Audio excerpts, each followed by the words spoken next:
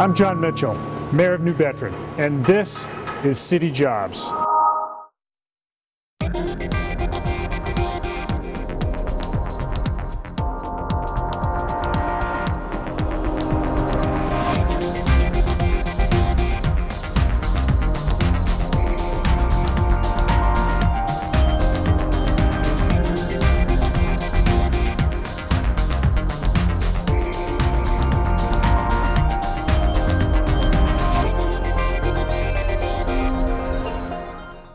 Hi everybody, I'm Mayor Jon Mitchell, and in today's installment of City Jobs, we're going to talk about some of our efforts to raise the city's quality of life. Two things today. We're going to talk about graffiti and we're going to talk about potholes.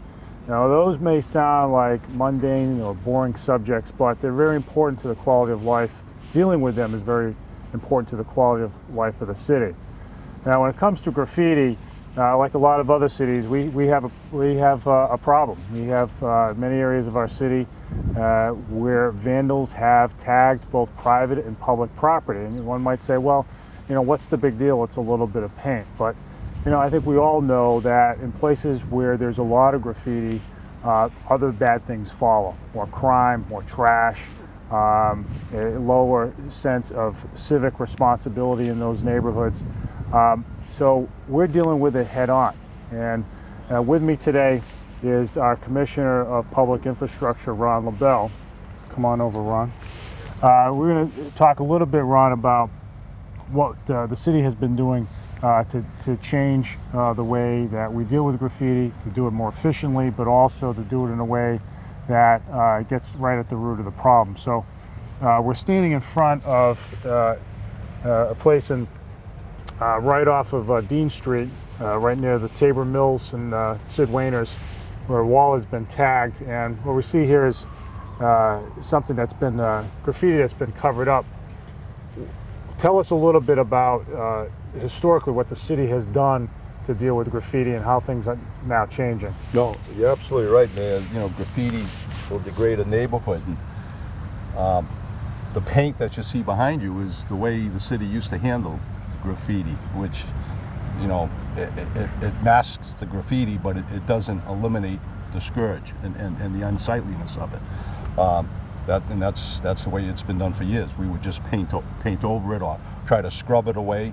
It's labor intensive. It's still unsightly, and it really doesn't solve the problem. So, as you know, when the task was given, to public infrastructure to address graffiti citywide, we researched the problem and we looked at different types of technologies and we bought a piece of equipment that I think the city taxpayers can be proud of.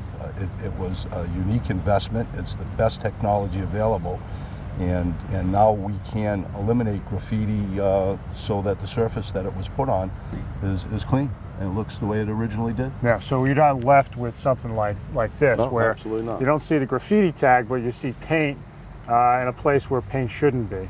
We're going to take a look at that piece of equipment, but we're going to talk today about really two different new technologies that will enable us to largely eliminate graffiti in the city. And we've been very aggressive about it, and we've taken some steps in the organization and DPI to deal with it too. You have someone who's specifically assigned to deal with graffiti now as his primary responsibility. We do. Andrew Gajewski is our operator today. We have a number of operators that can operate the equipment. We cross-train everybody. So in the event of vacations or sick leave or anything like that, the equipment's always on the road. Yeah. The big thing with graffiti is this. It makes people feel unsettled, and that leads to other problems. Studies have shown again and again and again that graffiti leads to bad results, crime, as I said before, and neighborhood disorder.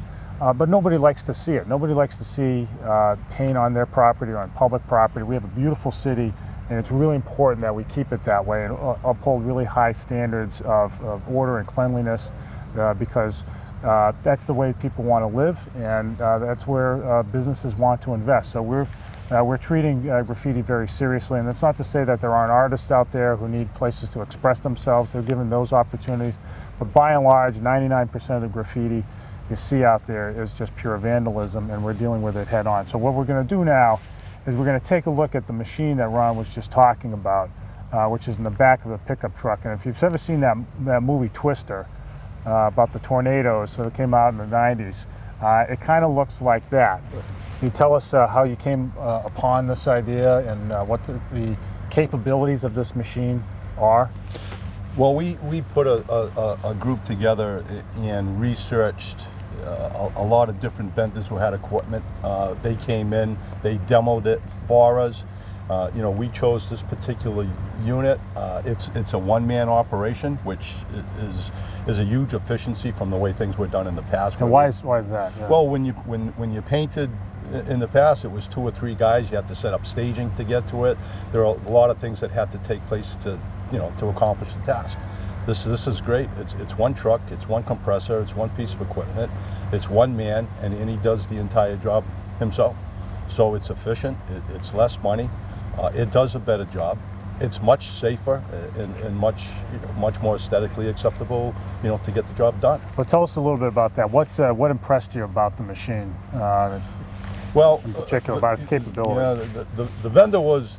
Vendors like to sell you equipment, so they'll tell you it can jump over the moon. So we said, okay, we'll prove it. And what they told us was you could take the paint off of a Coca-Cola can without denting the can. Yeah, that's quite a claim. Yeah, and they did it because we said, do it. For real. For real. And it's just a setting on the compressor. And the point of that is it's safe for the buildings and for the structures and for removing graffiti off of sensitive areas.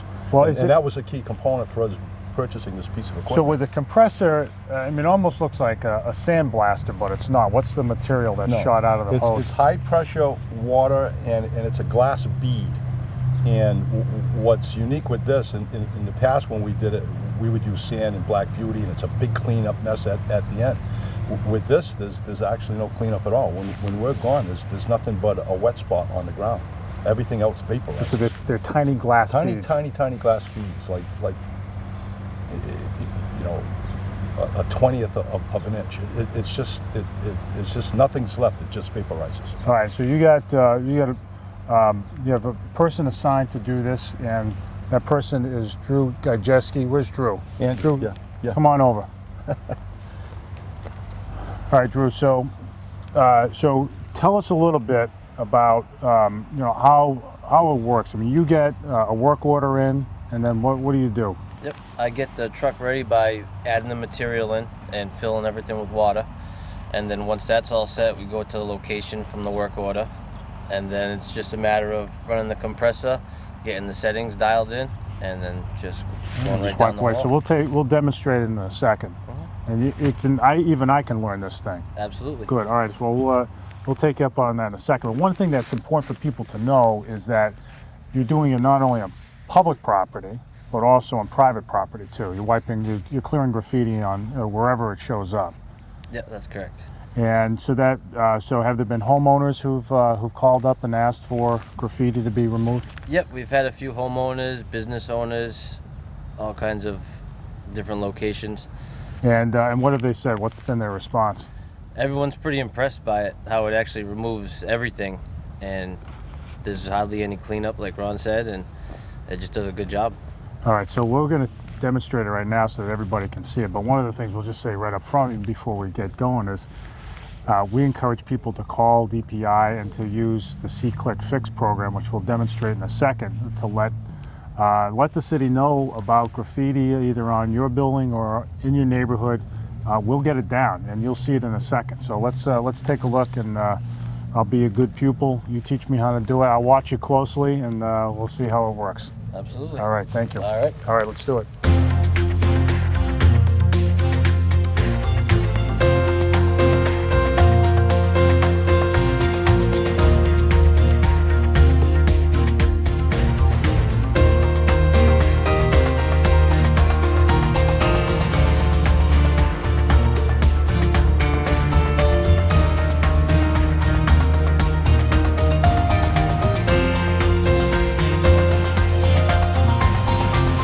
All right, Drew, so here we are. We're all geared up. We're ready to go.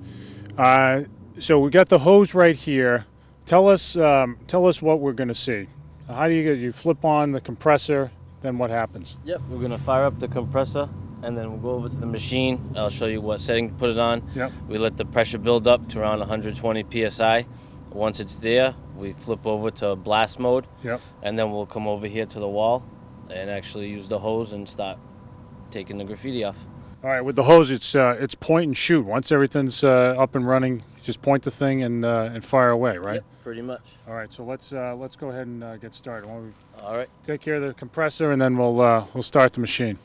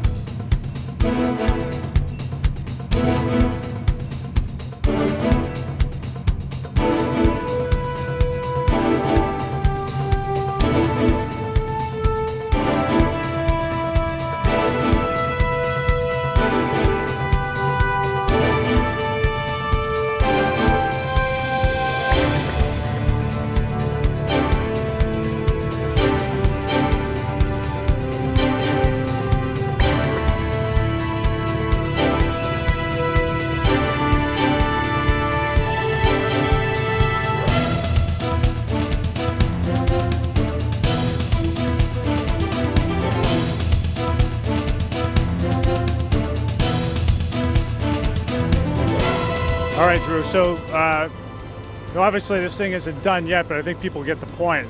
This machine really does work. And when Ron first told me about it, I thought it was too good to be true, that it would just wipe away paint, even off of a beer can. But it does work, as people can see. Now, what we just demonstrated now is how it wipes away paint from a wall, even where here we have 2 or 3 layers of paint. It wasn't just one layer, it's been 2 or 3, and we're still able to wipe it down with the machine.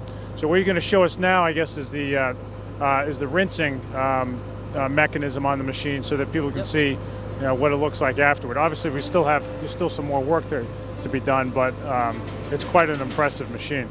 Absolutely, it gets the job done.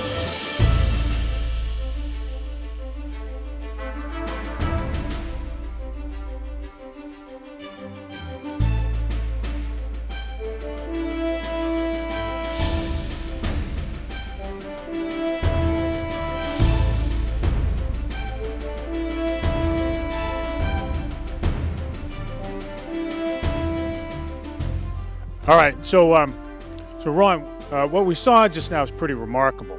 We've got this new technology, and it really works. When you first told me about it, I was a little skeptical that it could wipe paint off of a wall without damaging the wall at all. And we just saw it in action, and it's true not just for brick surfaces, but also wood surfaces and other surfaces. Is that right? That's correct, Mayor. And I remember that conversation. Yes.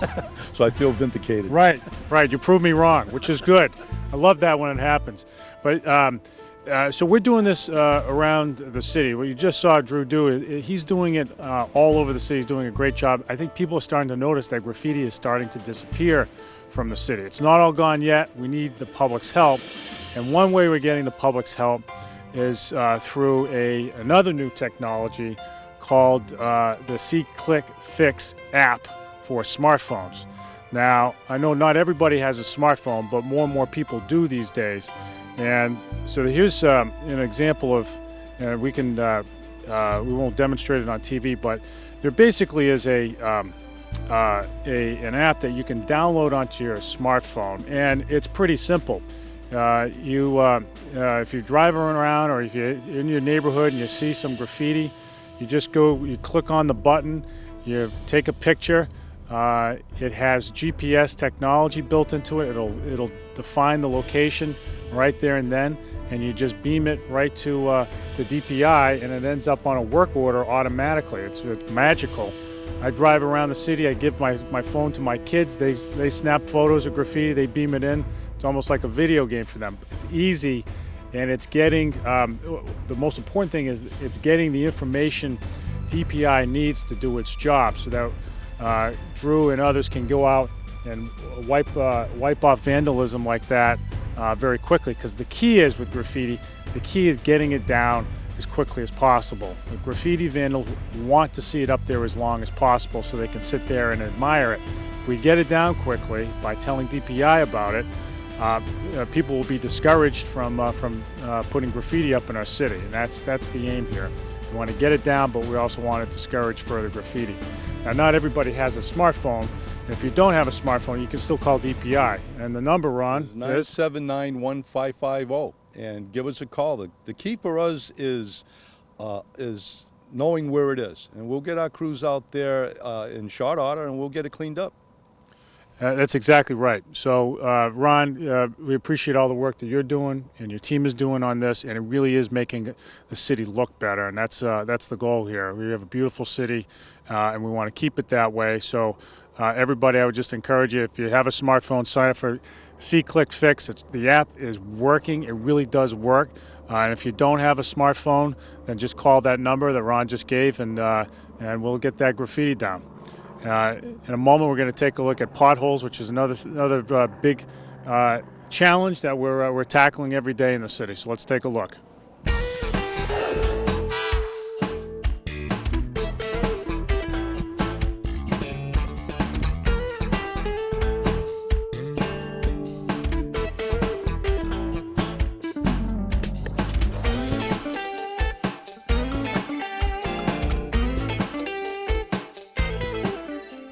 So we're here on Tinkham Street to talk about potholes, a topic that everybody is familiar with. We're here at the end of the winter, and winter is a time when potholes materialize, seemingly magically around the city. They just all of a sudden appear. And the reason for that, as we all know, is that in the Northeast and cold weather places like Massachusetts, water seeps into cracks in the street, ice forms when it gets colder, the ice expands, and holes are created underneath the surface. And when cars run over those gaps underneath the surface, potholes are created, pushed down, and cars take a beating, and it just doesn't look very good. And so, we've been very aggressive here in the city in dealing with potholes. And one of the ways we do it is through a pothole filling machine that has been very effective at getting at the root of the problem. In the last 3 months, just as winter wound down, we have filled 5,000 potholes. We do about 250 a week to 300 a week or so, and that is extraordinarily productive.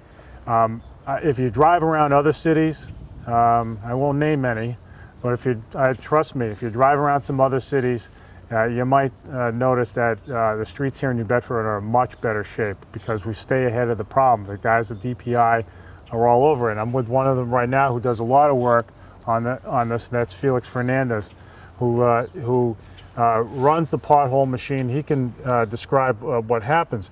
So Felix, so we got 2 potholes right here. Yep. Not huge potholes, but are these the ones we're looking at? Are these typical potholes that you see?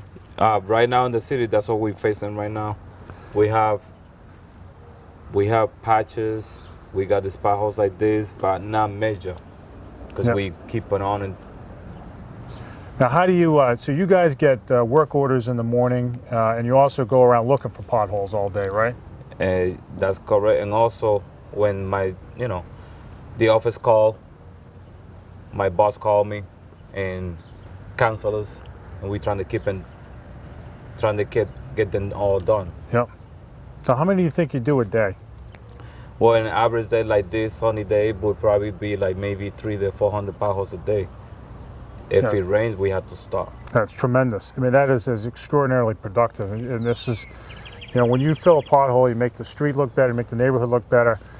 Yeah, and you save on car repairs because cars take a beating, the shock absorbers, but not just the shock absorbers, but the entire car takes a beating when it hits a pothole. So you guys are staying ahead of it and doing a great job with it. And I want to take this opportunity to show people how it's done. So walk us through the process. So Okay.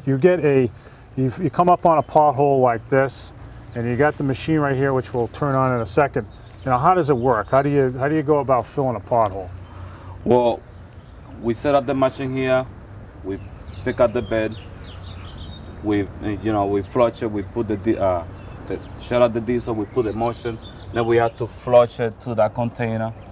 Then we bring the equipment here and we start doing the pothole. We have Yep. to blow up the pothole, put the oil down, then we mix it with the stone, and then we get a nice smooth surface and we move to the next one. All right, so you're going to demonstrate it for us.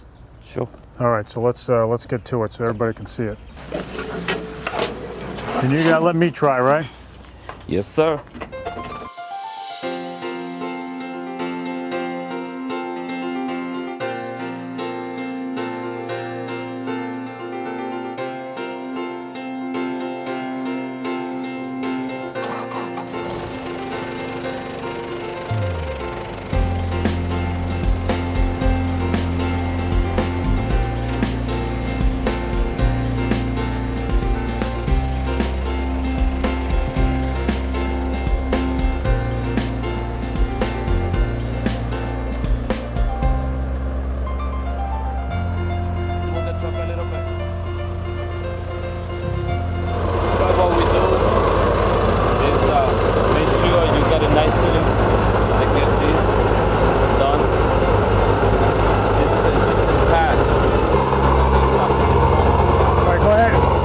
Phil, start in on it, and then I'll help out afterwards.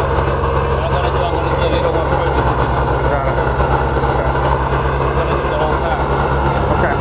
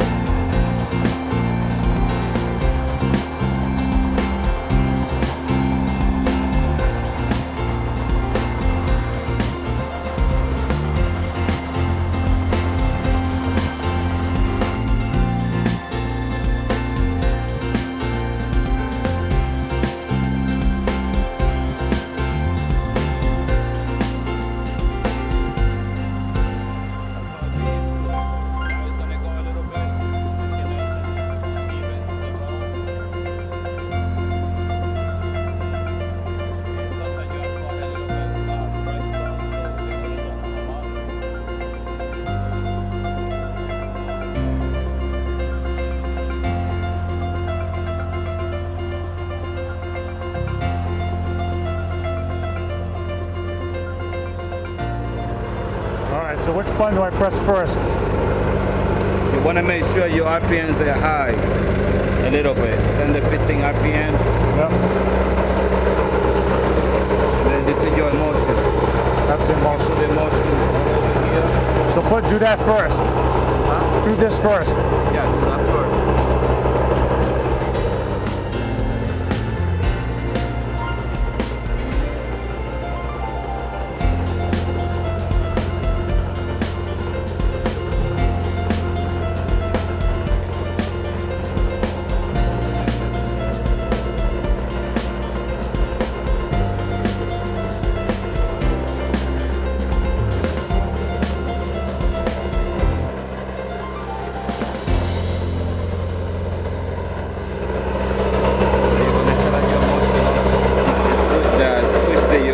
back there, that just stone. What's that? Gonna go back up there. And you're gonna open that motion again. And start the mist and like. Right there, that's it. Oh, too much.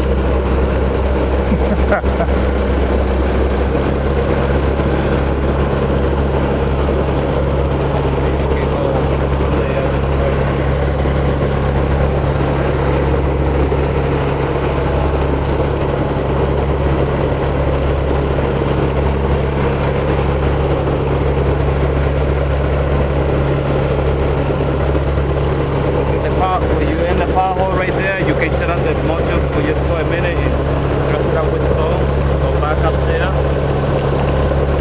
then go back to the pothole, put a little more motion, and then drop it.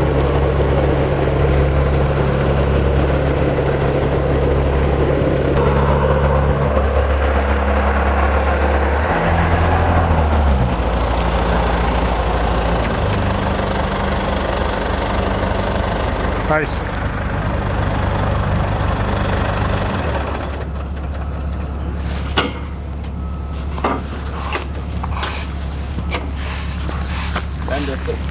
Then he goes, then sir goes and sweep around the patch and clean it the best he can, and we move to the next pothole. So you guys sweep it all in there, Yep. and then it just solidifies.